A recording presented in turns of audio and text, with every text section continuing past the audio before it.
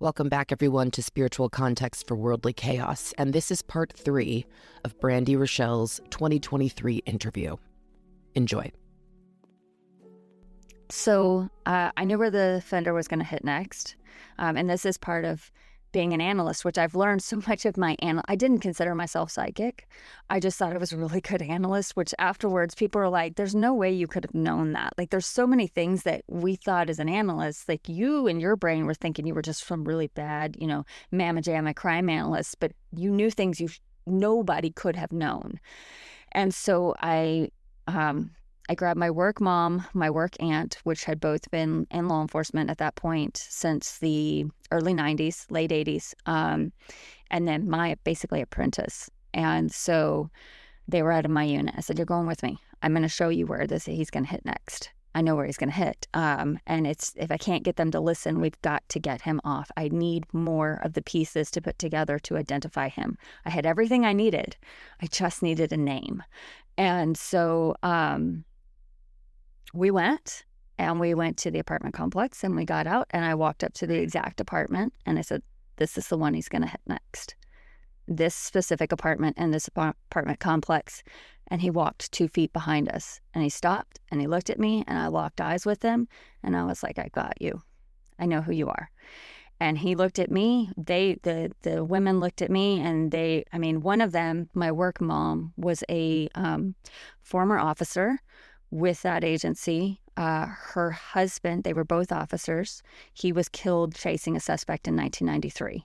And so she ended up becoming an analyst after that because, Paul was killed. And so I took off on foot after the guy. And and so he started to sprint, and I started to sprint. I needed to know where he was going. And so it was... And you were in civilian clothes. I am a civilian. So I was an unarmed civilian going through an apartment complex that I was not familiar with. Yeah. After this. And so he knew. He knew. And he knew. Whoa. And so that's so specific. So, and I was about to ask you about the psychic, when that came out. So you basically this is one of those moments where you were like, this is probably a little bit further than an analysis. Yeah. So, and he, at that point, my work mom, Betty, and my work aunt, Sylvia, and my apprentice, Taylor, were running behind me trying to figure out where I went. And Betty is yelling because, of course, I'm sure for her, looking back, it was flashbacks to Paul chasing a suspect and being killed in the line of duty. And so he disappeared on me, and I knew he had to have gotten into a vehicle. There's nowhere for him to gone. But right at that point, it's kind of a weird story, but when we had pulled into the complex, another vehicle was pulling in, and I noticed they were watching me, or us, really. And I was in my personal vehicle, by the way, which is another big no-no. This tells you how desperate I was to get this guy off the roads, because I was, at this point, I've identified him, and you're not doing anything about it. You're not looking into this. You won't do anything. You won't even consider it because you have, quote unquote, another analyst looking at it. And so at that point, I got in my vehicle because I looped back around, have gone to the front of the complex behind him. I got in my vehicle, looped around, and they all get in my car. And of course, work mom's yelling at me, what are you doing? And blah, blah, blah, blah. And so, anyways, and so I'm like, we're going to find him. He couldn't have just disappeared, and he didn't go into any of these front apartments. There's no way. He had to have jumped this fence over here. And so we went around, and he popped out. We went a couple blocks, and there was a big shopping center, and I pulled in there, which one of the assaults had happened there too, in that parking lot of that shopping center. So I pulled in, and all of a sudden he pops out from behind the buildings, and he's walking. So I'm watching him go across the parking lot, and I watch him get into the same vehicle that had pulled into the parking lot when we had pulled in at the complex a few blocks away. So then we proceeded to follow him in the truck.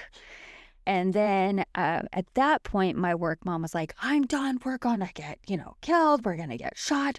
Nobody's armed. And I get it. She's rehashing. And I kept saying, we're fine. My spirit team says we're fine. And she did know they all, my analysts with me did know about me reading tarot. They did know about all of those things. And, which interestingly, I have my work mom's deck too, that she got in the 90s, that she bought after Paul's death, trying to connect with him. And so, we ended up, she was like, we're done. We're going back to headquarters. Like, we're done. And it was after that I had to really take a step back and go, you just went on foot, unarmed as a civilian after a serial sexual assault suspect that has managed to do this for 2 years. And get away with it. And he could have easily taken me. He was bigger than I am. And that's at the point that I was like, you need to make a really hard decision here. And I was like, I'm done. I'm done with this agency. And I told my supervisor, I said, I don't know what I'm going to do. But I can't be here anymore. And I can't do this for this agency anymore. And he said, I get it. And I said, he was like, you're too, he literally told me, he said, you're too good for this.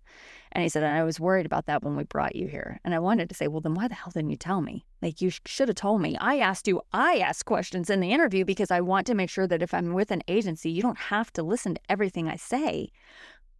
But there's certain things that you need to let me do my job. And so I ended up teaching high school criminal justice for a year.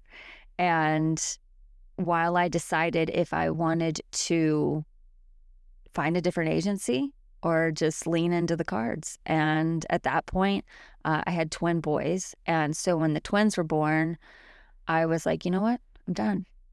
I'm done. I cannot, you don't realize you have PTSD until you realize you have PTSD. And when you have children, it brings out PTSD, especially when you've worked violent crimes. And so there were things that I thought I had under control. And then the twins were born, and it was like a whole new, and I was like, no, I'm not doing this anymore. I'm not. And I'm not going to put myself in another situation where there's the potential to leave a child without a mother, because I could have easily been injured or killed. Wow. And you brought up your spirit team. So Yes. you had developed a relationship with your spirit team for long enough that you could hear them during this chase, like they were letting you know. Oh, absolutely. Yeah. That's how I knew where to go next. That they literally showed me the complex and the apartment to go to next. So I knew the apartment complex statistically made sense on the pattern, but the actual specific apartment number they showed me. Yeah. And that's where I went. That is something that I think a lot of critical thinkers who are also tarot readers need to hear, because I'm like that. Like, I look at things statistically, and if you're finding it hard to hear your spirit team, you might want to look at things like, how do I cancel out as many things as I possibly can so that I whatever they tell me, I can rationally believe it, and then you can maybe work from there. But so between the ages of 19 when you first started looking into tarot and this day, is that like the arc of you studying with your spirit guides, that at that point on that day you could be that clear with them? Or Yes. have you always felt your spirit guide? I mean, I've always, as a kid, I could see and communicate and all of those things, and it kind of dissipated, as I think happens with most children. And so it, and then you get the teenage years where it's hormones raging, and you're just like, I'm going to go have fun, and I'm not concerned with, like, what do you mean this spiritual stuff? Like, I was the 90s, into the craft and practical magic and everything that was out, right? And then I had my mom and stuff like that. But I didn't really develop a relationship with them, honestly, until I got into law enforcement. Like, it was there, but it wasn't until it was literally looking at cases, and you're trying to process a case, and your objective is to identify, locate, and assist in the apprehension of a violent offender. And so, being a Part 1 UCR is murder, sexual assault, and robbery. I didn't really do many robbery because that wasn't I'm not going to say robbery is not a horrible crime. That's just not what level you were on. working. Yeah. I'm dealing with homicide here, and I'm dealing with sexual assault, typically of a serial nature. and Pathology, right? yeah, Like physical of a human. yes.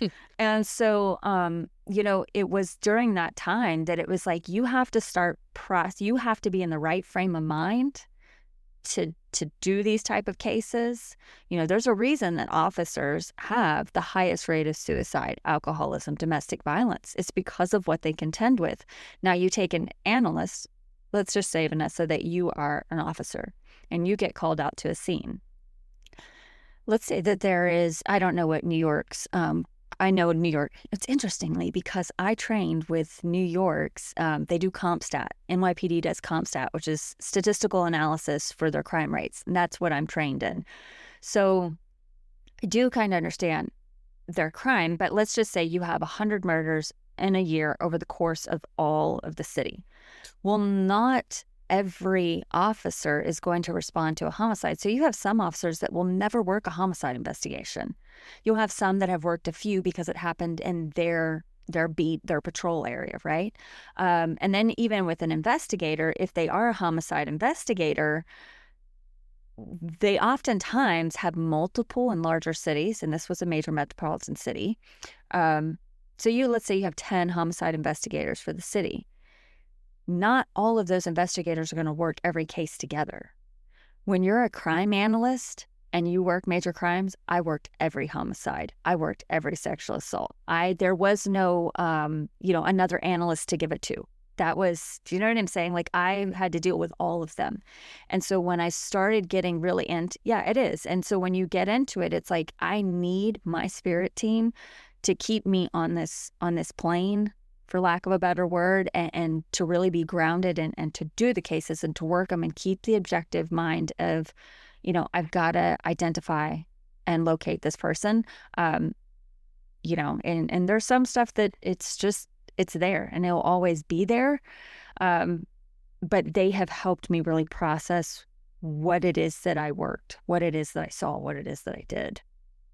So it wasn't, like I said, it wasn't really until I went into that field and actually started dealing with hands-on cases.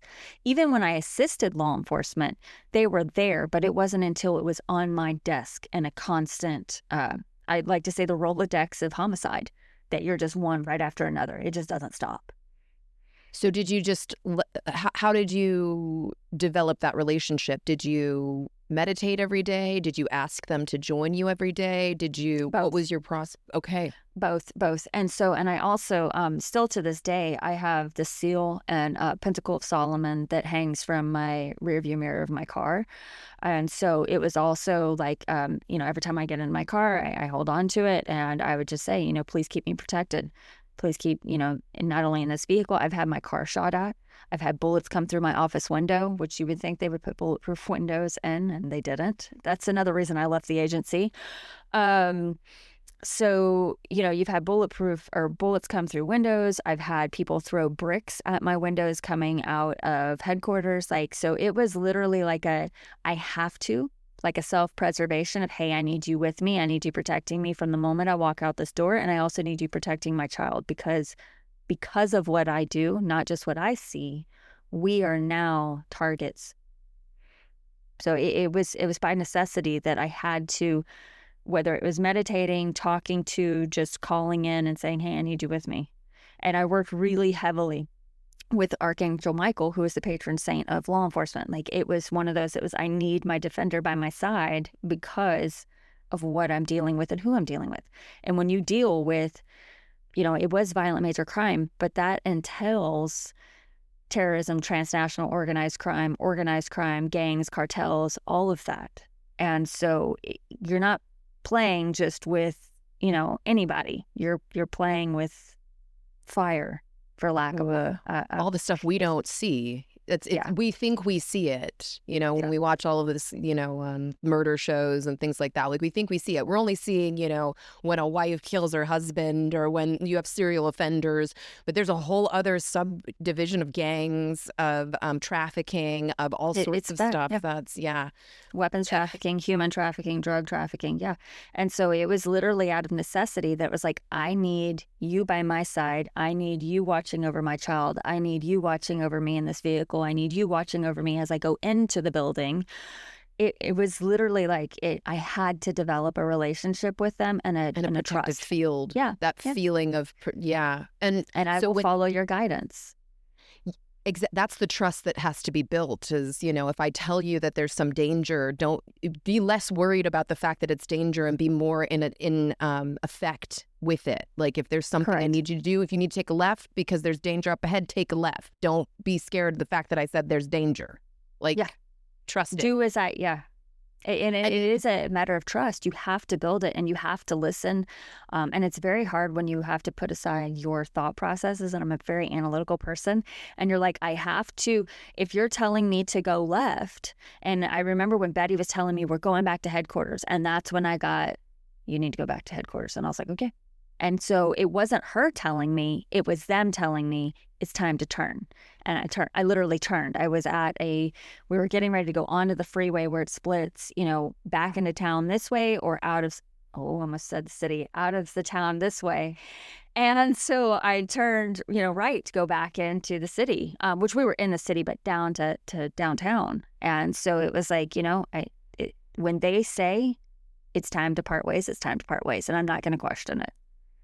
So this time period that you were developing those spirit guides got louder and louder and the trust grew and grew, or would you say it was instantaneous?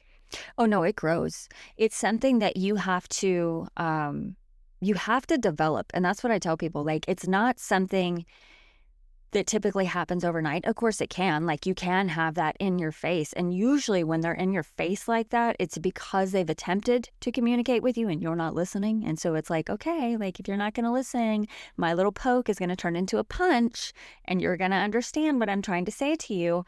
And so it was something that I had to learn and I had to develop, and it really came out of trust. I listened to you and you listen when I tell you I need help or I need direction or I'm too far in my head and I can't see where I'm trying to go. Thank you so much for joining us, and until tomorrow, as above, so below, blessed be.